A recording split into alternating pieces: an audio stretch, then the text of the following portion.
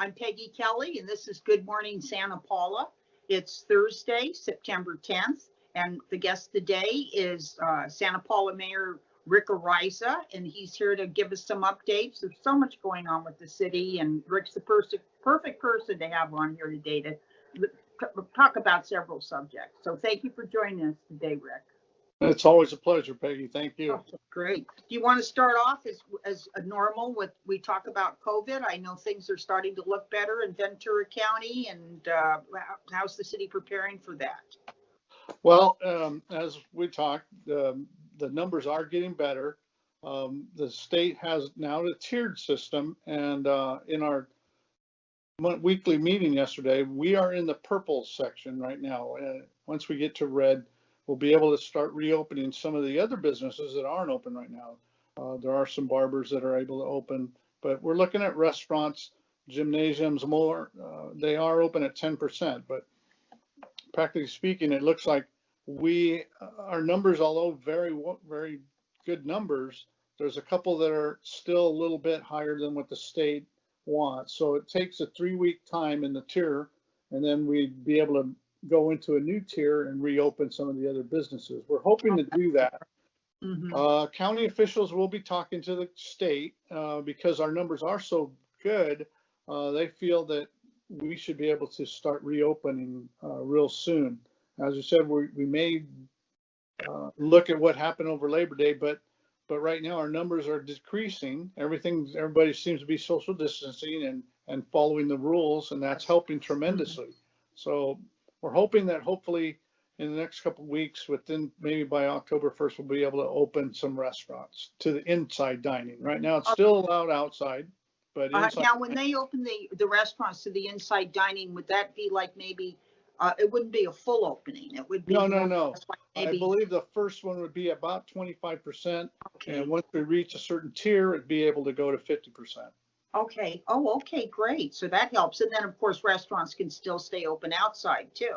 Right. If we reach the orange tier, which we are at orange in some of the numbers, we would be at 50%. And fitness facilities would be at 10% capacity. Mm-hmm. Absolutely. Yeah, I guess fitness facilities have their own special challenges. Yes. Because, they've got people that were working out but it's hard to wear a mask while you're doing that. But they're the ones most likely to, right, breathe on things, as it were, because they're breathing harder. I guess it's just really too bad. And we want to remind the businesses to register with VC Reopens. That will give them the information they need and also tell them about the different tiers. And anybody can go to the website and you can read what the different tiers are. And once we reach those numbers, and once we get into the red and the orange, then we'll be able to start seeing businesses reopen.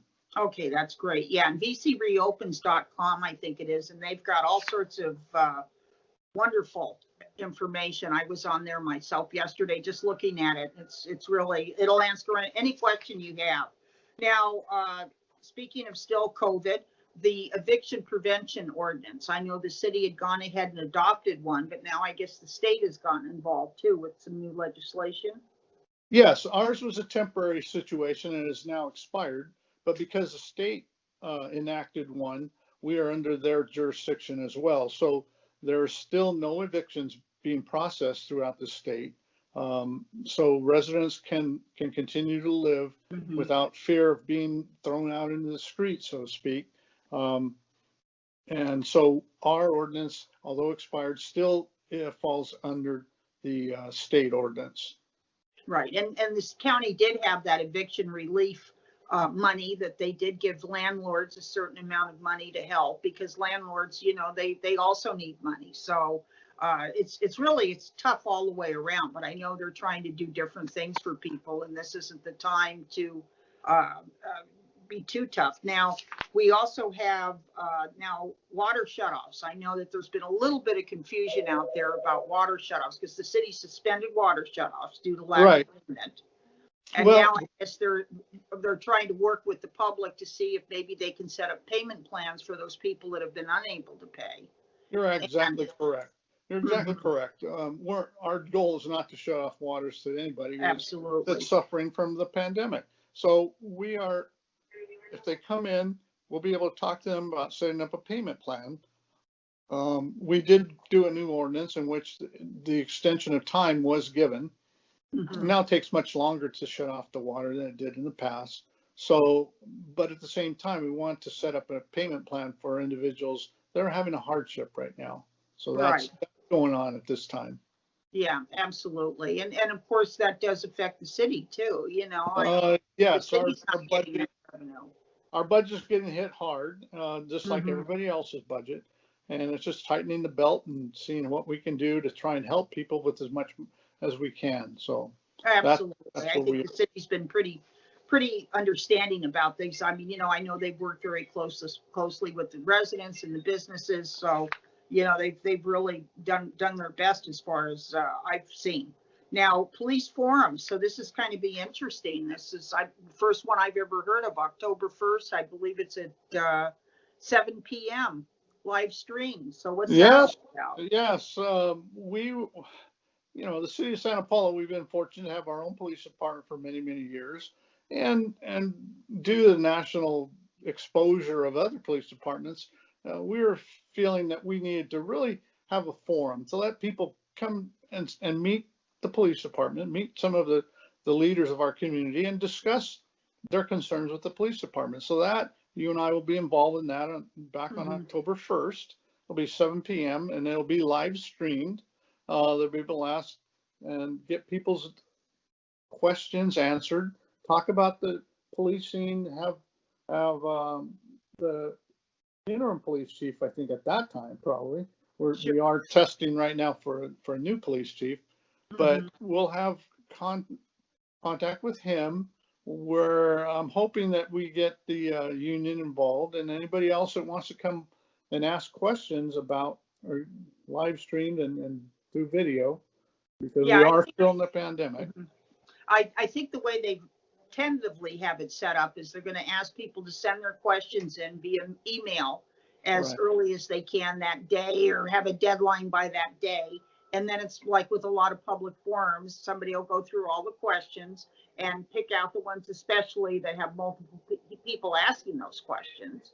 And I know Santa Paula is very engaged and I'm really looking forward to it because I think it's going to be a very interesting, what a lot of people don't realize which of course you do and the city does, just by the questions people ask is what they're really interested in. And, Yes. it really lets you know the mood out there and what the priorities are out there, just by the questions. If you get 10 questions about something, that means hundreds of people want to know. If you get one question, well, 100 people want to know. But Right. I'm looking forward to it.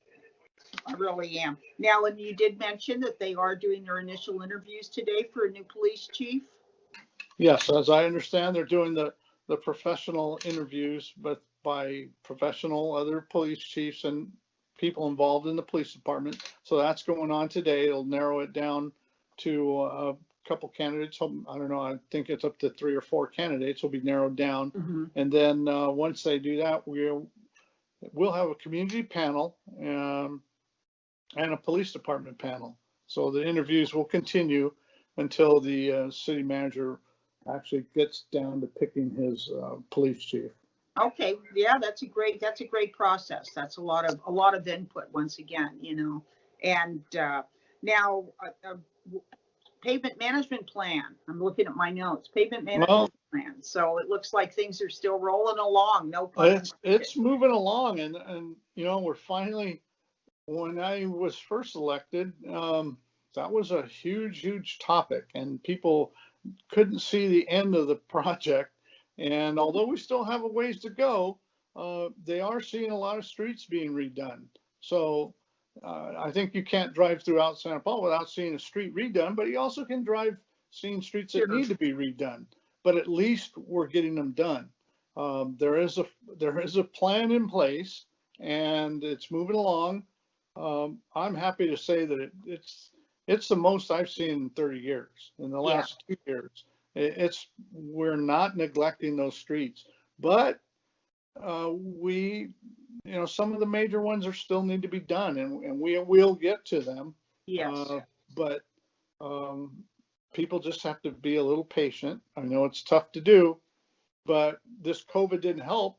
Right. So we had hoped to be a little further along, but we did get an influx of some gas tax money, and we were jumping into that. And we're being due diligent in getting those streets done, and we will get them done.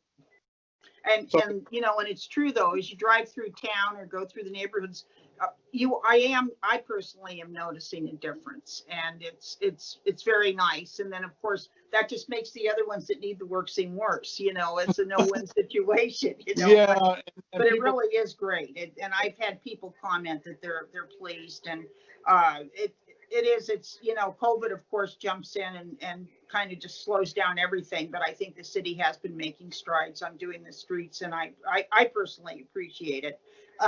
US Census, we're down on the last couple of weeks on the census. What's going on there? Yeah, we're at the final push, and want people to register, get in there and get the numbers in, because that affects how we get our tax base back. So if you haven't registered, get out there. There are people trying to encourage you to register and get that census in, and we're at the last stages of that now. Sure. And I guess you can do it online, on the phone, in person. There's just different things you can do, and it's only like 5 questions, I believe, this time around. So it's very simple, and every person is worth, you know, census wise, is worth $2,000 a year to right. What, you know, the income, the revenue that comes to the city through social programs and taxes and all sorts of different things. So each person over 10 years, that's $20,000. Everybody's worth $20,000 till the next census, as far as what the city gets back, which benefits them. And I think that's important for people to know. And people understand, you know. Yeah, they need to understand everybody's important, because like you said, the numbers get us the money. And many people don't understand that the city relies on both feds and the state and the county for their funding sources. And that helps in a lot of the social services that people are requesting, a lot of the mental health services people are requesting, not only police. I mean, they want us to cut police, and at least in some matters do. But if they get out there and register, that'll help in all the departments, not just one area, but in all the major departments, because that's where the money goes to the people, where the people are, and that's very important. So if we're not registered, everyone counts.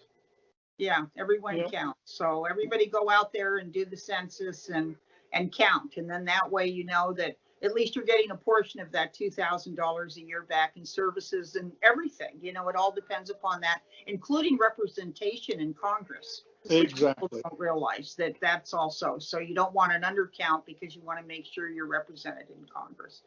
Rick, anything you'd like to add? I know we've covered a lot of ground, so.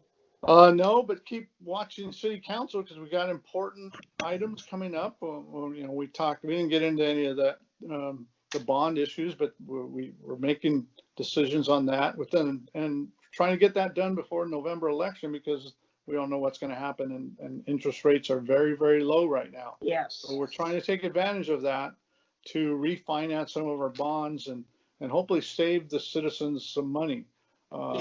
We made a decision last night on which route we were going to go.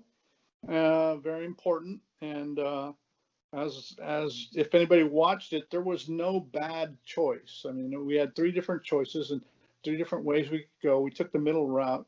Hopefully it won't increase any of the rates too much. But we do have an RO system we have to get completed because we're under an order. RO is reverse osmosis. The reverse osmosis. We got to get those chlorides out of the water. And so this council was tasked with some very important issues, and we've tackled it as best we can. And very lucky that the interest rates come down, because it could have been much worse. So we still have to deal with that, and we'll be moving along. So watch City Council, send us in your opinions, because we are making decisions at this time. Great. Yeah, and it was a special meeting last night. It was a special meeting. Yes, absolutely. Okay, great. Next meeting is going to be important also. Yes, absolutely. Okay, well, Rick, always a pleasure to see you. Thank you. Thank you so much, Peggy. Have And a good hang day. in there. Have fun with Oh, the new grandbaby. oh, I love him. I'm a Oh, proud grandpa. that's wonderful. Well, congratulations. And everybody out there, it was nice seeing you. Thank you to the mayor for coming in and keeping us up on things. And be sure to stay well. And this is Good Morning Santa Paula. And we'll see you soon with another guest. Rick, thank you again. Thank you. Have a good day. You Bye. too. Bye-bye.